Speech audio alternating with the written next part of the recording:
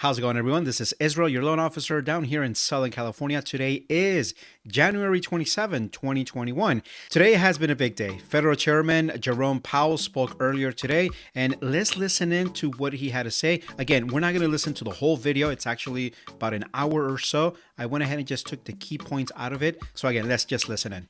Reserve, we are strongly committed to achieving the monetary policy goals that Congress has given us: maximum employment and price stability. Since the beginning of the pandemic, we've taken forceful actions to provide relief and stability, to ensure that the recovery will be as strong as possible, and to limit lasting damage to the economy. Today, my colleagues on the FOMC and I reaffirmed our strong forward guidance for interest rates and also provided additional guidance for our asset purchases. Together, these measures will ensure that monetary policy will continue to deliver powerful support to the economy until the recovery is complete. And right, so as you heard, they're going to continue helping the government in the buying of these treasuries and, most importantly for us, mortgage-backed securities. So to find out all the details, let's jump into the next section. Trending now, we have: before betting on higher interest rates, consider the Fed's new tolerance for inflation. So basically they're saying this: we're going to continue the purchase of these bonds at a rate of $40 billion per month.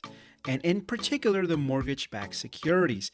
They're going to continue buying these bonds up until we get to an inflation of 2%. And even then, they're going to continue to purchase these bonds, but at a lower pace. So what does that all mean? Well, it's going to help us in regards to the mortgage rates. In fact, that's what's been keeping these really low mortgage rates at these record low numbers. All right, moving on to the second section. GameStop jumps more than 100%, even as hedge funds cover short bets.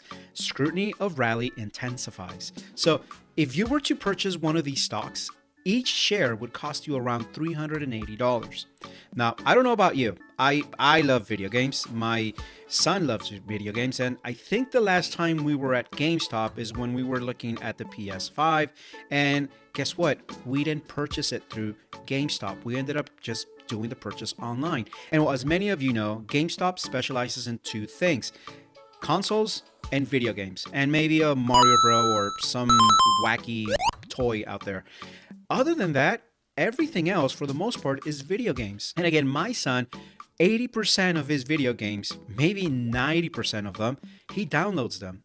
If it's PS5 or if it's a computer game, everything now it's online. So to see these shares skyrocket to these numbers, something fishy is going on there. Again, if you have stock, great for you. Maybe it's time to walk away with a nice profit, or if you want to take that risk, carry on. But again, to me, it just the business model doesn't make sense at all. But okay, moving on to trending topic number 3: FHA forbearance eligibility and eviction moratorium extended. They've extended it for 6 additional months. So as you know, right now you have 2 extensions, one for 6 months, and if you need additional time, you can get that additional second extension. Well, now they're pushing for a 3rd extension. So again, help for the renters and for those homeowners that obviously have been impacted by the COVID-19. All right, and now moving on, Dow loses 300 points as earnings awaits gains from big tech. Big tech is the Apples, the Microsoft, the Facebooks, the Googles, right? So all these investors are waiting for their reports to come out. And guess what? If for whatever reason those numbers don't look good, well, as we saw earlier, Mr. Powell's, with his little band-aid, is going to continue to purchase these bonds. And so ultimately, we're going to see a huge influx of investors coming into the mortgage-backed securities and ultimately helping those mortgage rates to continue to stay at record low numbers. All right, and moving on to the mortgage-backed securities, we ended up the day with a really positive number, 18 basis points. Again, good numbers, positive numbers. That's what we want to see, because that ultimately affects the mortgage rates. And so let's see how those rates reacted today. Look at this. Everyone from 700 to 640, their interest rates went down.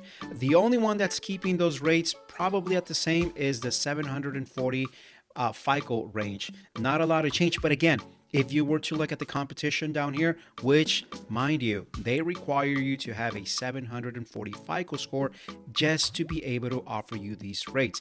This is, again, a conventional loan, 30-year fixed, and requires a 20% down payment on the purchase of a home. Now let's move on to the second program, and that's the FHA loan.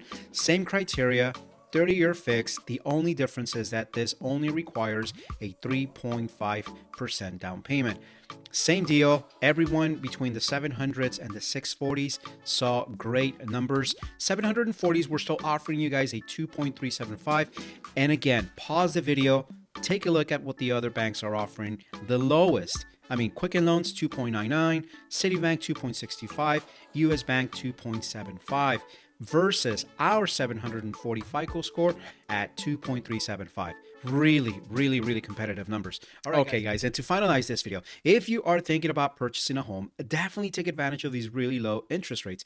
And also, if you are considering refinancing, definitely give us a call at 661-388-7667. And for all those homeowners out there, if you just want to know what the value of your home is, maybe you're thinking about putting your house in the market, maybe not now, maybe in the near future, again, 661-388-7667.